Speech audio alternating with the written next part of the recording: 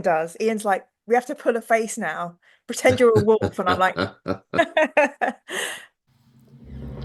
It's the Outcast dead. Let's hang with Kai and his friends. But what's in his head? It's a worm and the Emperor too. What's on Terra to do? Graham McNeill, Graham McNeill. yay, it's shall I just go into it? Let's do Yeah. it. Okay. Hello everybody. Welcome back to my channel, Miramanga's Grim Dark Buddies. And today, one of my favoriteest Grim Dark Buddies of all time, the amazing Graham McNeill. Hello, Graham. Hey Amir, how you doing today? Good to I'm talk to good. you again. Yeah, thank you for getting up early for me. And today we're discussing the Outcast Dead. Yay! Yay! Which I absolutely loved. Real treat. Completely unlike what had come before in the Heresy and what I was expecting. So this was published in 2011 to make us feel, Just feel even older than we do already, and before yeah, we crumble to oh, dust, oh, yeah, we are the Thousand Sons now. we Um, are all but as dust.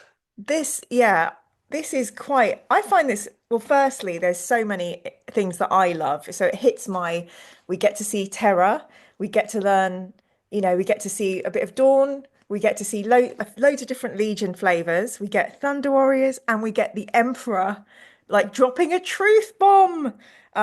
So it's I mean, I absolutely loved this. Um, I did feel Thank you. very, very, very sorry for poor Kai, the Hamlet maybe of of the piece. But yeah, I thought it was yeah, thank you for writing this Awesome. book, Graham. I'm glad you enjoyed it. For me, it was like Mechanicum. It was a chance to explore places and go to settings and the types of characters that we didn't get to see a huge amount because we're dealing with a large shooty death killing space war for the future of the Imperium. So there are big players on the board. So it was nice to take an off ramp here and there to go and explore the sort of more the lesser explored places Mm, of the setting.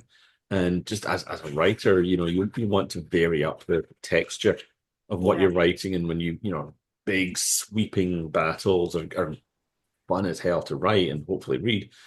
But sometimes you just want to get into the nitty gritty of three or four people, their mm, interactions, their feelings of how they're players on this major stage.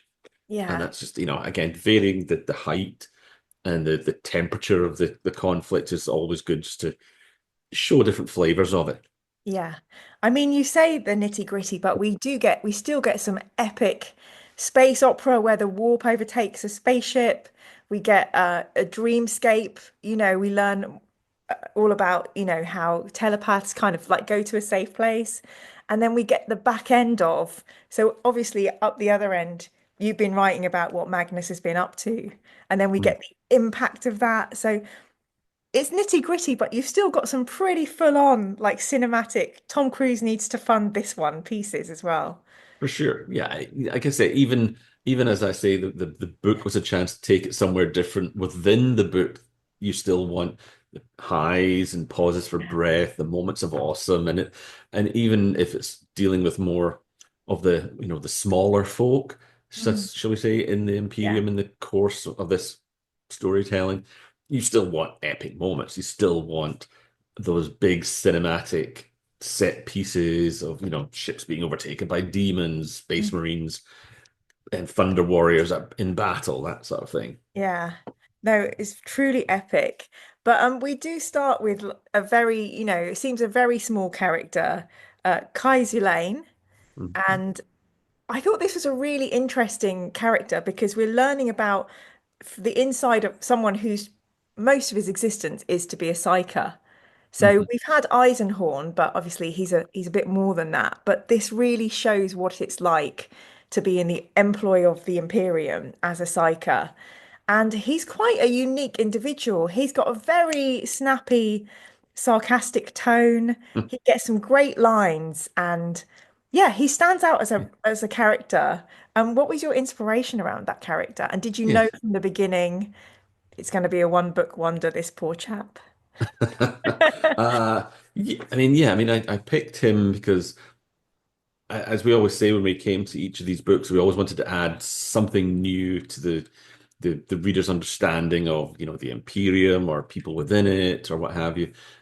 Peel back the layers, and like Astropath is one of the ones that we always had I always had this feeling that we just weren't using them enough, that what they did was so horrifying and dangerous, and it isn't just like picking up, you're not sending an email into space and picking it up at the planet and people can read it exactly as you meant it. Hmm. Somebody's hurling their mind into this predatory ocean. They're a drop of blood surrounded by sharks, and they're trying to get Oh, this message to the other side. And it's been so not distorted, but it's been reflected 1,000 times by things in the warp to get to where it's going.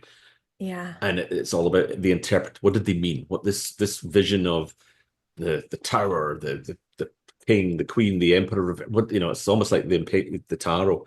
It's a lot of it is open to interpretation. So the most skilled of these astropaths are able to parse the meaning because they've collected this essentially library of symbology and mm, meaning and what these things represent, so they can get a degree of clarity to it. But even then, it's still somewhat obscure what you're going to get, and the quality of your astropath will determine what you get out at the other end or what was sent and so on. So that felt like something I wanted to really sort of let readers know. Actually, this astropathic communication, it's not as reliable as just picking up the phone and giving somebody no, a message. And it felt interesting to explore what that would do to somebody, like how yeah, draining and soul crushing that might be, even as like, hey, basically, without us, the Imperium falls apart. Without yeah, planetary and interplanetary communication over light years of distance, there is no Imperium. yeah. It's But, another Dark you know, Knight. yeah, you're just ground into powder. What does that do to a person who knows that that's the route they're on? It's a life of service, but a life of service that will ultimately kill you Yeah. eventually.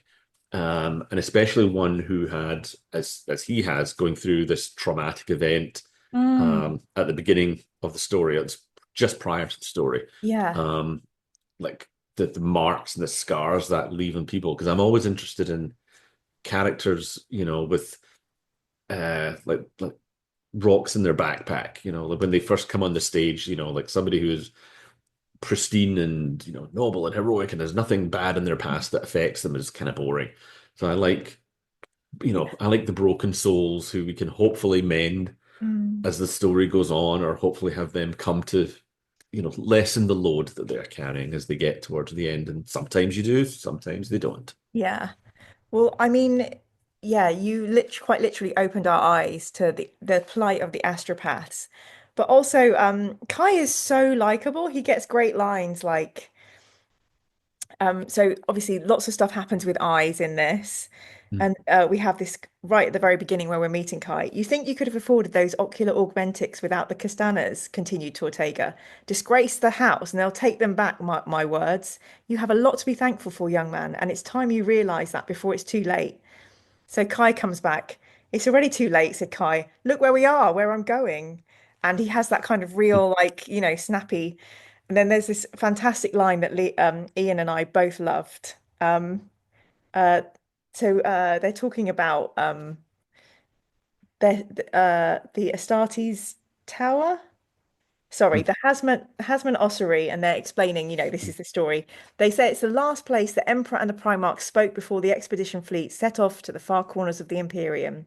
The glorious arias of Kinska's, the score of heroes tells each day the Emperor spent with his sons. I'll bet he wishes he spent longer, said Kai, idly finishing his drink and placing the glass on the polished mahogany to rest beside him.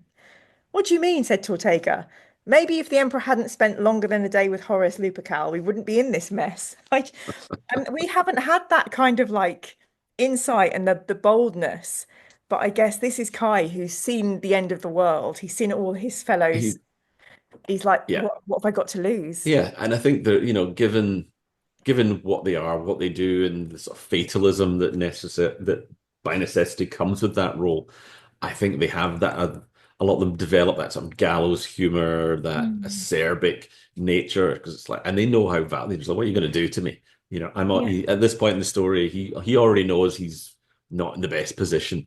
Mm. So that sort of, that black humor is very much his way of coping with Yeah. things, because as the story goes on, that sort of cocky facade kind of crumbles a little bit when he realizes just what trouble he is in and what the outcome of that could be. Yeah, 100%. Bless him. But there was a really lovely little bits in where he gets driven he's being driven towards his future and he's just slumped in a car.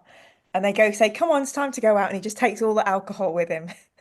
I'm like, that's a Graham McNeill thing, thinking back to how, you just place the alcohol, you know how it would be in that moment and it would be a crutch or if it was a whiskey, you know how it would taste. So I love that little Graham McNeill touch. Little detail, yeah. Yeah, chef's kiss. Because I think he thinks he's walking to his ending, so he's like, well, Yeah, I'm gonna go and have make it such an ending. such a hero. I love that. I love that opening. And then we get a lot of things around how this works. So, for example, the city of sight we learn about, and we see a little bit of the training and, how they kind of connect the astropaths. Was that free for you to kind of write and come up with, or was that something that had been spoken of before? 'Cause especially the It- stuff that I loved, especially was, for More or example, less, we had. I mean, with the Horus Heresy books, within reason, we had more or less free reign to Mm. make things up. Uh, but we all kind of know the ideas of where we want to get to. We know what 40K looks like in terms of where the astropaths are and what they do. So in the Heresy era, we figured it's probably much the same, but it'll have its own flavors based on the era and the age and the freedoms, quote Mm. unquote, that people have more, say, in this age than they did or do in 40K. But they're all things like big swings for what the IP is or the story of the universe is at that point. You always discuss them with your editor, and Yeah. if there's any obvious moments you think, yeah, that could be tricky, or that is a departure, then yeah, there'll be communications up, with the studio or whoever's, Yeah. like IP guru at the time, sort of thing. But most of the stuff we do, because like I'm not looking, none of us were looking to try and break things. You want to sort Yeah. of push the walls and prod to see where there's room for expansion or room for Mm. something that, oh, we haven't seen that before. What is this? And a lot of it just came out of the, okay, well, how would this work? Yeah. We understand the concept of what astropaths do and so on, but how do you, what does that mean? Like, how do you Mm. get to become one? How do you learn to be one? The process of doing it. So a lot Yeah. of it just came out of discussions with, me and Nick, various other writers and editors are just like, what would that be? How would that be? And it comes out in the discussions in the room that we had, like figuring out interesting ways to make it as messed up as possible and in the most sort of imperial way we could think of that still allowed us to explore uh like the characters like emotional state of being at one time or another and so on. Yeah. So you a lot of the story and stuff like that of what the Ashpaths did and how they work came out of all of us in the room when we Mm. were chatting out like what the next arc was, who was working on what, and you would bring to the table something like, "Hey, this one, my book here's got a whole bunch of stuff about astropaths. What do we think about how they work?" And it was just a back and forth with me, Dan, Gav, Aaron, Chris, and Jim, Oh, and the others, just to piece gosh. it together, just so how it would, you know, Yeah. properly work in that sort of setting. To be a fly on the wall in those chats. I mean, I really loved it. I always ask that question because I suppose there's that bit of me that's in awe that you are making this up in your head and it comes to pass. Yes, you have discussions, but you're world building at this time. And I was struck by how in Mechanicum, we have all these poor souls stuck in a pyramid together to transmit outwards. And in this book, we've got all these poor souls receiving, Receiving. Magnus's big bloody BT phone call they weren't expecting. But it's really beautiful because it's the lore is all building. And I really love the detailing of so Kai's got PTSD, which I thought is so beautiful to explore, to make it really human. And then the other side of that is, well, he has this protective dreamscape, which he can try and Mhm. hide in, which unfortunately is, is vulnerable. But then in the end, that dreamscape, spoilers, everybody, provides the safe place for him and the emperor to sit down and To talk. have their conversations, yeah. Oh, and I mean, sorry, it's a bit where I tell you why you're good, but I love all that stuff. So yeah, it was really fantastic. It's taking big swings is kind of what the heresy was all about in terms of, because you had to, because as we've said before, it's a story that a lot of people know, quote Hmm. unquote, how it goes, what the ending is. So taking diversions to places there where people had no idea how the story was going to go as a writer is just a fun place to go because, when if you're treading a path that everybody knows the steps, it it runs the risk of feeling like you're just doing by rote. You're getting to the bits that everybody expects to get. So telling, it doesn't ever feel like that because we always had that wrinkle. The room Mm. gets together and it came up with new ways to thread the needle that people maybe weren't expecting. But to go to a setting like this where everything was new and off the table, that Yeah. was exciting because you didn't feel that you had to, right, well, we've got to get to this part and then they have to go here. It's like, Yeah. well, it's all bets are off as far as the reader's concerned because they don't, this is a completely essentially new setting, new Yeah. characters. It's not a big beat that everybody knows from the heresy. So that was very liberating as a Mm. writer because you could take big swings, you could explore aspects of the world that we don't see a lot of. The Yeah. astropaths generally are like the white hooded person in the corner who says, "My lord, news." Yeah, I feel like But that's about it. yeah. Well, I mean, I had great fun reading it. I'm sure you must have had great fun writing it. Let's talk about the impromptu Ocean's 11 Crusader host prison break. And you get 1,000 suns, you get world eaters, you get lunar wolves, and an emperor's child, all in the Mhm. same All in the same room. gang. And there are some beautiful observations. I think it's Argentus, the Emperor's Child. I know it's an Emperor's Children Legion, but he's my Emperor's Child. Talking about his blonde hair and how he's looking, how his perfect visage kind of goes down as the adventuring gets harder. And some really beautiful character work. What inspired you to pick those legions? And did you have real fun with those? I mean, Yeah, I it's likened it to a D&D party where you've got all barbarians in it. So, how did I pick that? I mean, I think I picked the ones that I just thought, A, I'm going to have most fun writing, and B, which relationships are going to generate the most sparks from the friction that they mm, will share.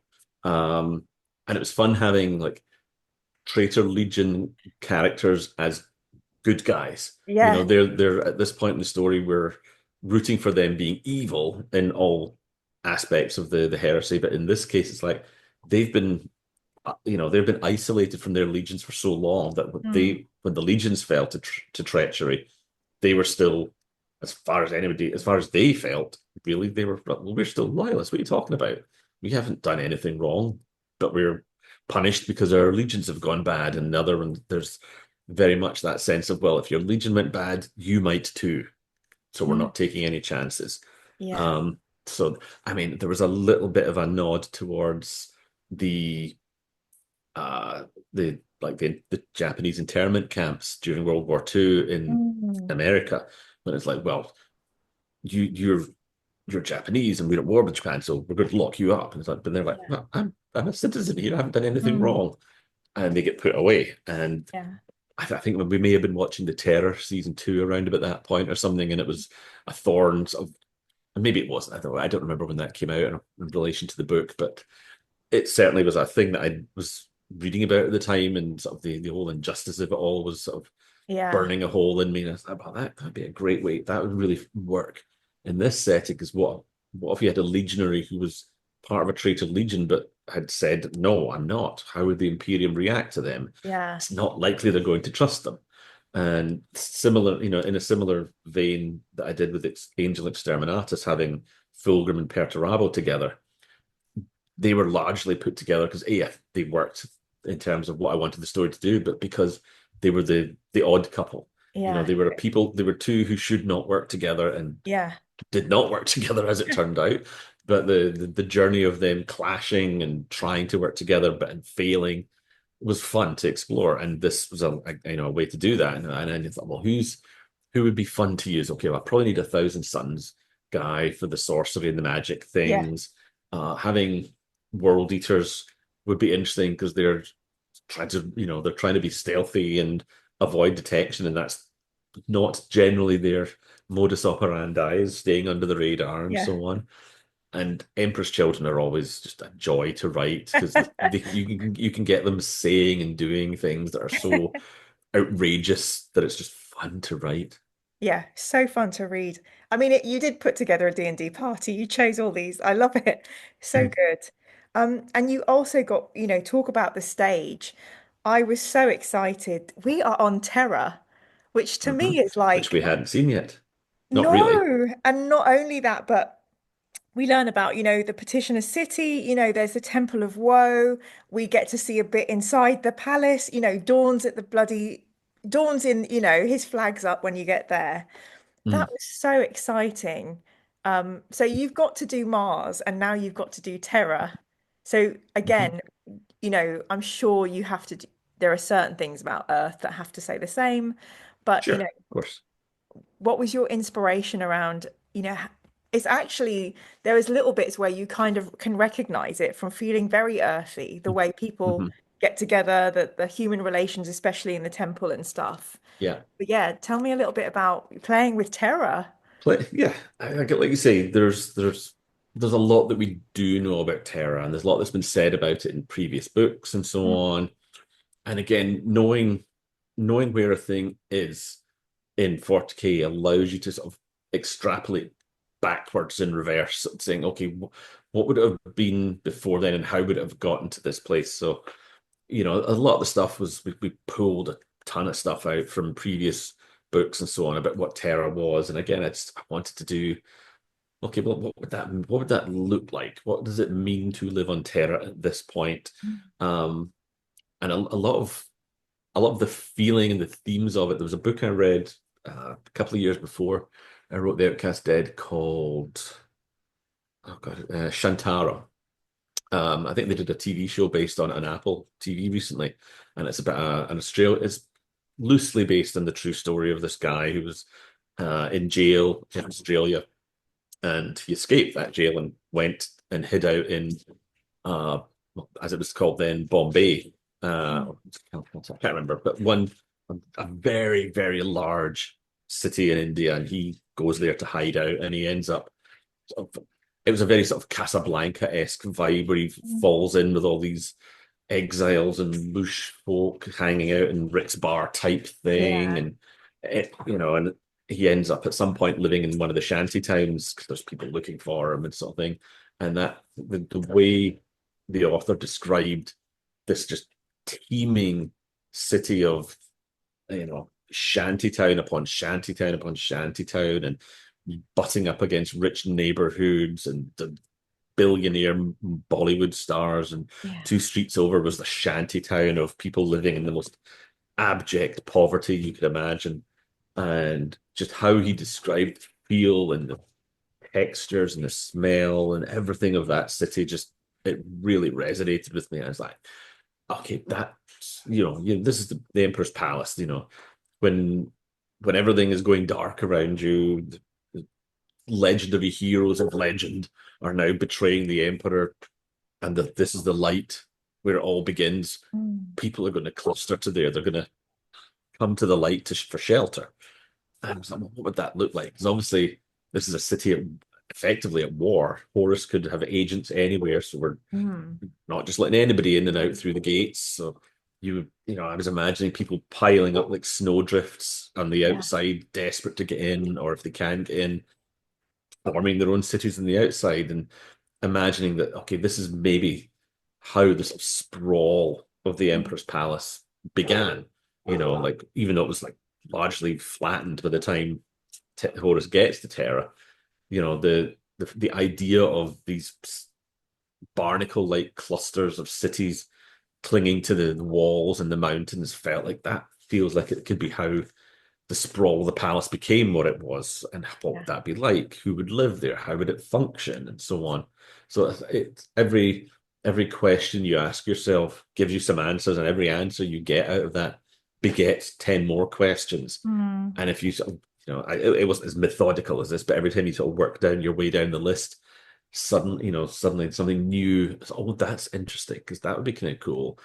And the idea, like something like Temple of Woe, religion still flourishing in the shadows of Yes. the palace and so on, and the crime lords that would arise out of that, and how society functions or doesn't function in those places. I mean, these sort of lacuna of stuff that we know are Mm. fascinating to explore. And I thought a chase movie, would be something interesting to do because it isn't structurally, it doesn't function the same way as a lot of the other books do, in the sense of it's not a war novel, it's more of a Mm. thriller, a Yeah. chase story. So I wanted to, again, it's just that I want to do something different because you come off the back of Yeah. big space opera war and think, okay, I want to take it down a notch in terms of, you know, 5 million space marines on screen at the one time to I'm focusing on a bunch of like 10 people Yeah. essentially. And there's all sorts of machinations moving around them, but at the core of the story is Kai and the Outcast dead and their Yeah. journey through the bowels of Terra. Well, I think whenever, James Swallow goes full spy or you go thriller, Mm, it's a flipping nightmare because you're so skilled at it. And even so even from your pick of who's going to be, in my Legion's gang, that makes it really tense. You're thinking, oh gosh, will one of them turn on each other? mm, Then you move to the shanty towns and the temple. Even the temple's not safe because the warlord's in there. I mean, talk about tense the whole way through. Nothing is safe. Everything is like, oh, but there could be. So I mhm. think it's really fun to see you flexing your muscles in that Yeah, way. well, I mean, the tenet of every kind of horror movie or thriller is you're never as safe as you think you are. Never. At every moment even when you think, and there are moments where the characters, the tension eases, they get a pause for breath, but it's never going to last. There's always No. something going to come up and break that, whether it's Kai going into sort of a vision state and something happening because of that, or uh, the custodies hard on their heels, or Mm. needing to get somebody to a healer. There's always some Yeah, complication. well, when there's a doctor on the battlefield that seems characterful and affable, are they going to It's last? it's probably not going to end well for someone. No, but I mean, he was a great character. Of gosh, have completely his name slipped my mind completely. But we've come across him quite by chance. He's like kind of wrong place, wrong time, really. Um, I can't remember the name of the doctor. Did I note it? And he's this almost incidental character who helps out with Kai. And he almost put me in mind of a character from MASH. There was that much All right. characterization and feeling around the character Wow. Cool. only to, you know, obviously the baddies are hot on the trail and smash in and, no one's left alive. So again, there was so much going on in every element of it. Yeah, because I always try to make even the, incidental or passing characters, to be interesting, to feel like they Mm. have a life of their own before the main characters Yeah. come in and wreck it all, sort of thing, because Yeah. if they're just there to be, doctor, then it's like, Yeah. okay, well, we don't feel anything when, you know, the inevitable happens, perhaps. Um, so yeah, I was trying, well, who is this guy? I mean, I don't spend hours and 10 pages of backstory on this character or anything like that before I get to write them, but I figure out a couple of beats of who he was, how he got there, why he's doing what he does, and so on. And it just makes the world feel more alive if you feel that these are characters who existed before the main characters blundered into their life, and Yeah. all things being equal, would have had a life beyond them moving away. Well, I certainly was thinking there are so many little character moments within this book that could have been books, or there's like four or five different stories that all could have begat their own books. So Yeah, I think it's lovely. It gives us such a richness when we come to read it all. Mm. Um, so of course we've got all this. We're learning what it could be like to live on Terra at this time in the Heresy, and the news comes through. People are like, people starting to hear, oh no, Horus is started. They've heard about Isfan 5. And then Magnus crashes in, with his fateful, Dad, are you okay? I just wanted to Yes, see you. And there's just this yeah, sending the message in the worst possible way at the worst yeah. possible time. And there was it was beautiful. So, the alarms start going off. He was the emperor, and though many in this chamber had known him for the spans of their lives, none knew him as anything else. No other title, no possible name could ever do justice to such a numinous individual. Surrounded by his most senior praetorians and attended by his most trusted cabal, the emperor sat and waited. When the trouble began, it began swiftly. So then everything starts going crazy. There's lightning going everywhere. And you see something's pushing through. It emerged into the chamber, wreathed in eldritch fire that bled away to reveal a being composed of many angled light and the substance of stars. Love that. Its radiance was blinding, and none could look upon its many eyes without feeling the insignificance of their own mortality. None had ever seen such a dreadful apparition, the true heart of a being so mighty that it could only beat while encased in super-engineered flesh. Uh-oh. The Emperor alone recognized this rapturous angel, and his heart broke to see it. Magnus, he said. Father, replied Magnus. Their minds met, and in that moment of frozen connection, the galaxy changed forever. And that really gave me a little tear because I'd been wanting and hoping and wishing to see that what had happened, and you got to write that moment. Mm. So wow, yeah, that was beautiful. But I mean, how Thank do you you. go about prepping that? Um, I mean, certainly with that, I mean, we're going back a long way, and I'm like, how did I prep for that? I know. Um, Sorry, I so I don't know. know. I mean, I knew that that moment was going to be like the catalyst to a Yeah. lot of the events in the story. Um, and there's value in not showing everything and allowing the reader to fill in what Mm, happens. I mean, I wanted that moment to, where Magnus and the Emperor sort of lock eyes mm, and see each other and have it have it written in a way that almost suggests like the Emperor's been sat there knowing and waiting that this is going to happen, and it's going to turn everything upside down, and I know it's coming and I can't stop it. And there's a sadness to that moment, because we know what it means for Magnus, because it's the whole road to hell paved with good intentions, which mm. is literally a bit in the Thousand Sons, where Magnus has come to do the right thing and it just backfires and blows up in his face and damns him forever at this point. Yeah. Um, so I mean, prep work is not a huge amount, just other than I thought, what is the emotion of this moment? Yeah. Is it, I didn't want it just to be a sort of Magnus bursting in like the Kool-Aid man Mm. and the Can you Emperor like imagine? slapping him down or something. Yeah. It was like, no, it's a moment of profound sadness at this point, because it's the moment where there is literally no going back for Mm. Magnus at this point. And as that last sort of line says, it's the moment everything changes. Nothing, it is literally the point of no return for everybody in this story. At this point, there is no, for everybody in the story and everybody in the story, the wider story beyond, from here on in, there is no going back. There's no backsies. The galaxy has now fundamentally shifted on its axis. And Yeah.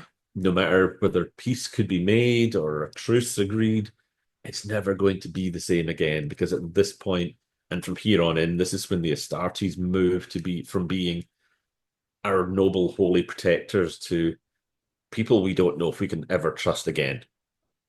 And Yeah. that's a profound shift in sort of a galactic mentality. Yeah. And I felt the way that that was communicated out when you were describing how, the whispers started and the human race, like, is, all those masses of people, there's suddenly fear and disbelief in Hmm. the air. And some of them go, oh, sugar, we better go and read this Levictus, we better go and Hmm. start getting holy.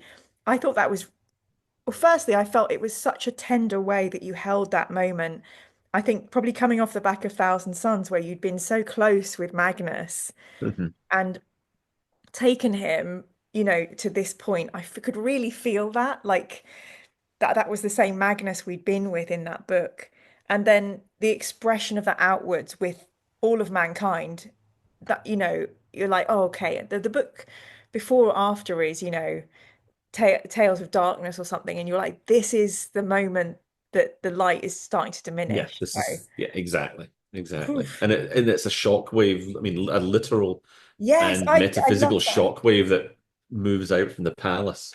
I thought that Uh, was so clever, Graham, just to talk over you, talking about your own stuff. no, it's- The way that the Magnus shockwave burned out all the astropaths, and then emotionally that damage is done to everybody. So that we're like down psychics, we're in trouble now. But then the emotional shockwave, I thought that was such a beautiful, it was like, an ocean of writing, ripple effect. That was Mhm. fantastic. Yeah, Cool. very cool. And as you know, I'm an emperor botherer. So I'm like going through It's this always book. nice to see him pop up from time to time. Yeah, but we get so I literally I remember phoning Ian or going live and being like, guys, like we get loads of the Emperor, like he's saying what's actually is going to happen. It felt like the biggest treat. I mean, I don't know what book this is, maybe 15, 16, but like this is Some what I've been waiting. around then. Yeah. Yeah, Yeah. to finally get the Emperor like being, I always say to Ian, but we know this because the Emperor said it, and Ian always says, do we, Yeah. Do we? but Do we really?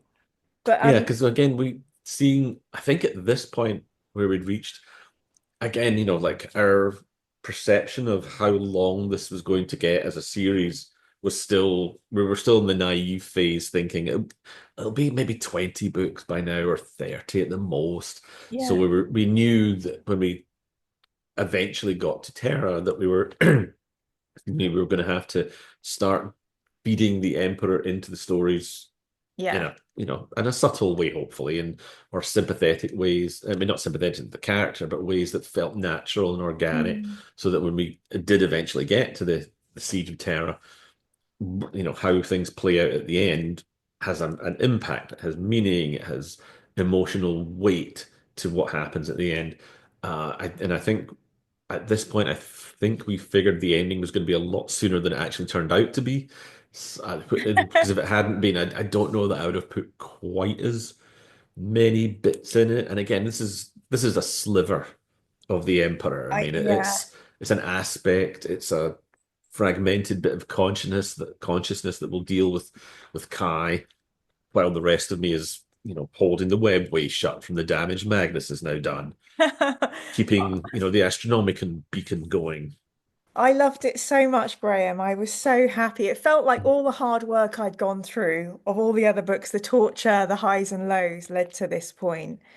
And I felt like Kai kind of reflected a lot. Like Kai's so normal. That's the kind of interaction I would have. Um, and the Emperor just playing, playing the game with him, regicide. Mm. Of course, at a time like this, the best way to stay focused it is the best way to stay focused playing this game, said the figure, moving his emperor forward in an aggressive move that designed to tempt Kai to rashness. If you want to know a man's true character, play a game with him. In any case, the future is the future, and my feelings towards it will not change it one way or the other. Truly, even you can't change it, said Kai willingly taking the bait. The Emperor says, some things need to happen, Kai. Even the most terrible things you can imagine sometimes need to happen. And why? His opponent moved his divinitarch into a blocking position and said, because sometimes the only victory possible is to keep your opponent from winning. And I was like, oh no, this is the 40k locked in forever war. And then Kai says there's no more moves, stalemate. The figure spread his hands in an empty gesture of apology. I know some people think me omnipotent, but there's a catch with being all powerful and all knowing, which is you can't be both at the same time, said the figure with a wry smile. So what happens now? I finished the game. And then the very last thing is Kai says to him, but you're going to die. I know, said the Emperor. Mhm. I was just like, oh my goodness. But there was so much catharsis in that. And then immediately you're like, but if he knows that why X, Y, Z, and everything comes flying out of your brain. But that's big work Yes, that you got to write, Graham. it's a big, it's a big moment for Kai. It's a big moment Yeah. for us as the reader because it's one that nobody outside of Kai will ever know. And if he said that it happened, probably nobody would believe him. Mm. So you get to, it's almost like a cheat code where we get to have those moments, but they can, they're deniable, so to speak, in Yeah. the sense of if anybody spoke about them, they would think they were a raving lunatic sort of Yes. thing. And that scene was definitely riffing on, that whole Seventh Seal vibe of, the knight and death playing chess on the beach kind of thing. Yes, Um, and also and the kind of I like a pawn, and he had to be taken off the board. All this. exactly there's a lot of chess metaphors in this book. Yeah. Because of the ideas that the emperor, as they say, the emperor's playing chess and Horus is playing checkers, kind of thing, and it's Mm. not that, but it's they're playing at different levels Yeah. of awareness of the scope beyond the board, kind of Yeah. thing, I was thinking of and Aslan playing the White Witch and, knowing the older magics and stuff like this as it, well. there's a lot of that, and some of the omnipotent omniscient thing is like, if I know the future is going to be this, and but if that's a fact, it's going to be that, then I'm not omnipotent because if I was omnipotent, I could change it. Mm. Because then if I can change it, then I'm not omniscient because that's not the future. Then Yeah. and it's a whole push-pull contradiction of immovable objects, Yeah. unstoppable force kind of thing. Oh, beautiful. I mean, I'm so glad you got to do this. I felt you perfectly brought it. It was everything I wanted and more, Mm. And, I know a lot of people are like very tired of me, just being so on the Emperor's side, but I don't know. What Well, can I I say? think the alternative, I mean, yes, where 40K is at the moment is a very different place from where 30K is, and had it not all fallen down, you know what? As maybe controlling as it could have been, I still think it would have been a better society than ended up with had Horus won or with 40K becoming what it did. Yeah. Well, nobody wants a demon up 'em. That's all I'll No, say. they don't like it up them. Um, and I've learned far too much about how they can get into you of late. But I'm just looking at my phone because we are coming to our time, and I've got loads of questions on this. Yeah, I yeah, I we've got think a bit yet to go. So I know I thought I'd cleverly place them on my phone, but sadly not. Um, so best laid plans. I know, can't be omniscient and the other thing. Obstinate, and yeah, there we go. It's there. It is in action. What can I say? Life imitating art, and Exactly. life and vice versa. So Christian B. Christiansen says, did Graham receive a lot of hate and angry comments for writing a World Eater Space Marine beating a custodian in combat? I personally loved this. No, I don't think so.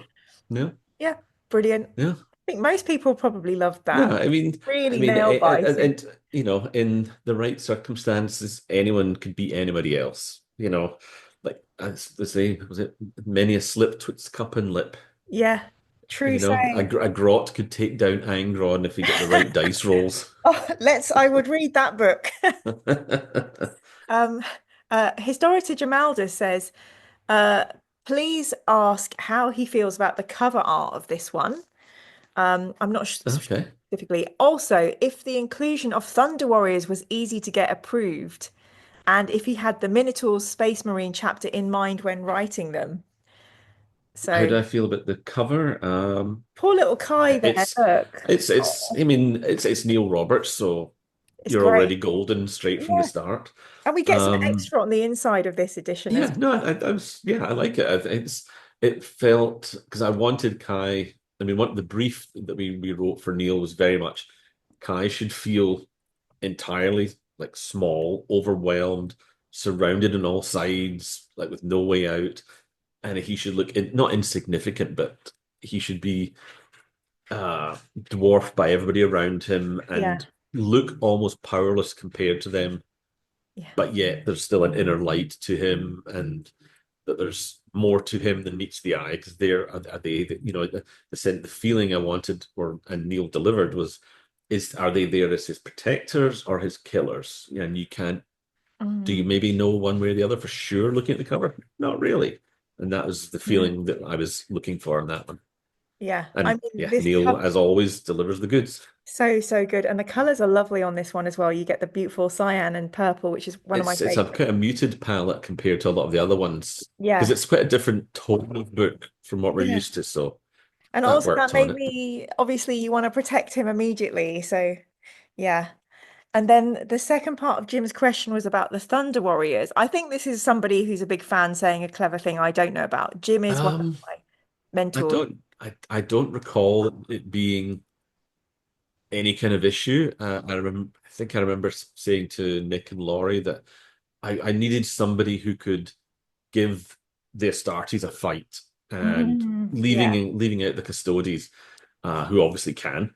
Um, there wasn't. I thought there's nobody really human in these Yeah. cities that are going to be able to No trouble chance. the Space Yeah. Marines. So, and again, that spiraled out of a discussion in the room. Is like, well, who could it be? And in discussions, we were like, well, what, yes, the Thunder Warriors are all gone officially, Yeah. but what if they're not all gone? What if there's some of them went to ground? Some of them are in the Petitioner City. Some of them are in hiding and what have you. Some of them might have survived what later came to light as to what happened to them. I thought, oh, that's cool, because they'd be these messed up guys who are probably on the verge of death. There's a very much a Blade Runner aspect to that of the Yes. replicants. Um, They just want uh, a little bit of extra life. yes, Roy Batty, but Yeah, I completely and we just need the gene seeds. We just need, they yeah. oh So the yeah. inclusion for them was largely because I needed somebody who could challenge the Space Marines and be a credible threat Mm. to them. So that was one thing. And again, it's a thread of the universe and the world that hadn't been pulled recently. And me, I always like to find Yeah. look under every rock for every bit that we haven't really developed, or that's been lying fallow, and it's a really cool aspect. So is there a way to bring that in? So that was where they came from. But no, I don't recall any particular struggles to get them in. No. Lucky for us that you have Yeah. got that kind of mind. I loved it. I think Babu Dakat or Arik. Babu Dakal. Yeah. Yeah, thank That's you. how I pronounced it, but I don't know if that's correct. Say it again for the microphone. Babu Dakal. Thank you. And this is why I get into trouble for not listening to the audiobooks. Yeah, because I Babu is just a word for father, and Dakal is like a region of oh the mountains around yeah. Everest. So because he's been around for centuries.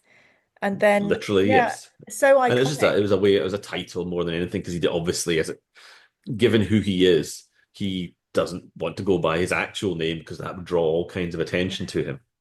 Yes, a huge iconic character that I love that you just brought him out. I thought that was absolutely iconic. Yeah. So Yeah, well, I yeah, mean, he didn't exist until that point, as the sort of the leader of the Legio Categus. oh, love it. Look at that power you're wielding. Thank God you wield it for good. And then Nat West Fank says, "Hello, McG. Is there a part of the Imperial Palace you wanted to explore in this story but couldn't? I feel like we got from the darkest depths of a dungeon to the surface fast." And I kind of know what he's talking about. It would have been like it would have been nice if they were like, "Oh, we ran past the Emperor's bedroom and saw the royal bog." But when you're trying to escape, Yeah, when you want characters to get into the world and start doing the things that they're there for, yeah, I don't want to spend half the book with them just getting out. yeah, So no, as far as their journey, no, they got out exactly when I wanted them to. I didn't feel I'd cut anything just to get them there quicker. I mean, as far as Terra goes, I've always been fascinated by the navigators, and but there wasn't really room enough to go into their mm, story in this one. But Matt Farrer did some stories about the navigator quarters and stuff like that in the city. But no, I think I wanted to spend most of the story calories in the Petitioner's City, and mm, just be amongst the people of Terra, and how they lived, how they felt, and how they viewed things around them. You know, whether it was this war, which is in their mind at this point so very far away, Yeah. um, but will soon be on their doorstep, which I think everybody kind of knows at this Mm. point, or they Yeah. suspect that that's coming. Yeah. The foreshadowing is there. I mean, I love that expression. I just got my pen out to write down story calories. That is such a great way of describing it. I say again that, there should be, you should all be doing masterclasses in how to write because when I speak to you, it's like, oh, we need to keep this Yeah. somewhere like the British Library. Well, Um, we do, we took a lot of care in our planning and our discussions as to how we could add the layers to this, whether it was layers of IP that we hadn't explored or layers of, Hmm. mythology, literature, history, whatever it was. We wanted to bring so much of that to Yeah. bear so that these felt, properly weighty in Yeah. terms of what you were reading. It was pulpy sci-fi, hopefully with something, you know, deeper than that as well. It's all mashed Yeah. together in something that entertained, hopefully informed, hopefully inspired, hopefully left you with a sense that you'd read something that meant something. Yeah. And that might be overreaching for books Well, I based think on it's toy soldier games, but it was what our intent was. It's what we aspired to be as writers of this story. yeah. I think it's I think there's too much heart for it to be wholly pulpy, but in the bits where it might need to be pulpy or feel slick or very thrillerish, it does, and I think that's another strength of Yeah, it. I mean the setting allows us to explore those different tones. I mean that's why I have chosen to do certain books over other books because Mm. it allows us to explore styles and tones of writing and to bring different things to bear in the story, and that makes it Yeah. fresh and interesting for me to write. And if that part of the equation is working, then hopefully the fun and interesting to read part will balance out as well. Mm. Oh, again, lucky for us. Lucky for us. Okay. Then so Christians, you're so naughty, you put about a billion questions in. Very technical question from me. Did Graham always intend to clarify the chronological mistakes via V Magnus's impact on Terra and the Isfan 5 campaign? There's a lot of chat about this. It kind of went over my head, but the timing in some of the books about when Magnus talked Yeah, to the Emperor is flexible, but I think that's a known thing, isn't it? It all got retconned or I've, figured out I in the again, Mystics. I would need to go back to some of the early books to sort of give a definitive, like, well, it's because of X, Y, and Yeah. Z, and whether, was the power contained for a number of a span of time beneath the palace before it broke out. And yeah, there was some discussion about that at the time. A lot of the details of it escape me now, Yeah. and I'm not trying to like dodge the question or anything like that because I know that I remember there was talk about should we do a revised version that Yeah. does more or addresses some of the things that people have said about the timeline. And I argued against that because I was like, again, we're going to get Mm. a separate version of the book, and are we going to put like a yellow neon sticker on the front saying new revised timeline sort Yeah. of thing on it? And it's like, okay, well, I think we just if there's a mistake, then it's Yeah. that's all on me. Um, Well, no, but there's five or six different people writing at the same thing. So, it's yeah, it's challenging to. I mean, I think like I say, I can't remember exactly. I mean, this is like 15 years ago that I was uh 15 years ago I was writing this, so the exact timelines of it kind of escaped me a little bit. yeah. But yeah, Well, there was. I mean, somebody, don't you worry, about 50 people will tell us in the comments. And if I'm not, sure they will, and that's we'll absolutely get fine. It's we'll get absolutely fine. Christians. We'll Where get we are not all perfect. We all, we make mistakes from time to time, and if that's the case, then it's like, yeah, we're omnipresent, not omnipotent. Come on, yeah, kid. exactly. It can't be both at the same time. And we'll just That's I that's just a get mea culpa. I'll get Christian Dunn onto it because it seems like he was speaking to 50,000 people to figure out everything all the There was same. a lot. Yeah, timelines were very Some tricky. some poor person was in charge of the corkboard and the red string. God bless Yes. them. And the final question is with Eric Tyrannis, the last captain of the Thunder Warriors, would he ever make a return? Could you ever see a novel for him by himself? Tempted? Um, I mean that that's one I'll answer when we stop recording. Oh, okay. Yay. Well, thank you so much for staying with me and coming back to me on this book. It is always such a great it's such a great treat, Graham. Thank you for being so open with your No, it's process and everything. my pleasure. I think there's real fun for me in sort of pulling the curtain back to some degree, and there's a I for my own part, I think articulating some of the processes helps me kind of, oh yeah, that's why we did that. That's the things I should be thinking about. And it's just, going back to the fundamentals of what you're trying to achieve and how you achieved it. I think it's always good to be reminded or to remind yourself, I should say, because often you can loud dogs in the house. Oh, You cannot forget it, but you can uh grow complacent about doing the due diligence to figure these things out and just wing it. And then you get yourself into all sorts of trouble. Like I think I said when we were talking about Mechanicum, I found the beginning of that book so slow. I was really struggling to get that book moving mm, because I had, again, not forgotten the fundamentals, but I'd taken them for granted that they were there. And I hadn't done a lot of the necessary due diligence of how does this world work? What does it mean? How can you get from A to B? How do they do this? All this, the building blocks of the world in which you're setting the story. And once I got that, the story just unlocked and flowed out. And like with Outcast Dead, I put a lot of that work in, and the story. This one was, when I say one of the easiest books I've written, it was a complex book with a lot of moving parts in it, but it was a book that didn't fight to come out. Some books do. Some books you have to yeah. wrestle them into submission and force them onto the page, and sometimes that gets you amazing work. Mm, A lot of the times, in fact, because you've properly, you've learned everything there is to know about this book, and that comes out on the page, and that you can see that and feel that. The mm, Outcast Dead was one that, because I'd put all the work in up front, like how do Astropaths work? What's the palace like? What's the petition city? Who lives there? How do they move? How do they commute? Blah, blah, blah, blah. All the basic building blocks of this world. I kind of knew them when I started.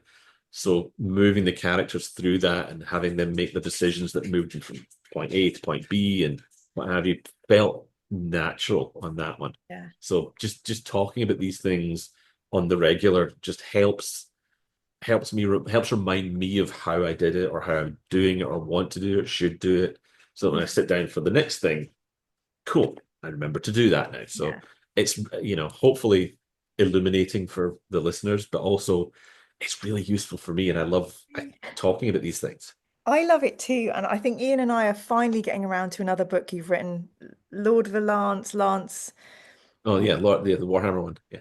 Yep. So that's coming along the pipeline, and hopefully I'll get to Oh, speak to excellent. you. Oh, But yeah, I'm looking forward to talking about that one because yeah, I had such fun writing that book. yay. Well, even this book, you can tell the flow is amazing. We didn't even get to talk about Zen Tantra naked, esoteric philosophy, which I love. There was a whole dump of philosophy, but just thank you Yeah, so much. just things we don't get to see a lot of. So Yeah, that's often what appeals to me in picking or picking what book I'm going to write and how I'm going to write it is like, what haven't we seen before? What yeah, do we not normally get to see in a book about space marines all the time? yeah, I love those books. I love writing them, but just for that texture, what haven't we seen? What would the readers yeah, hopefully think? Oh, that's interesting. I haven't seen that before. yeah. And Well, this was a great opportunity, this book, to do that. well, thank you so much for coming and chatting to me. And we'll do our Always a thing pleasure. where we say goodbye and then I'll speak to you afterwards. But thank you so much, Graham. And I'm really looking forward to seeing you next time. Thank you. Perfect. See you later then. Bye bye. Bye.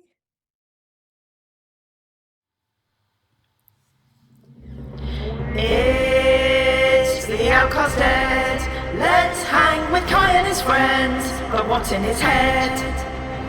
It's a worm and the Emperor too. What's on Terra to do? Graham McNeill, Graham McNeill.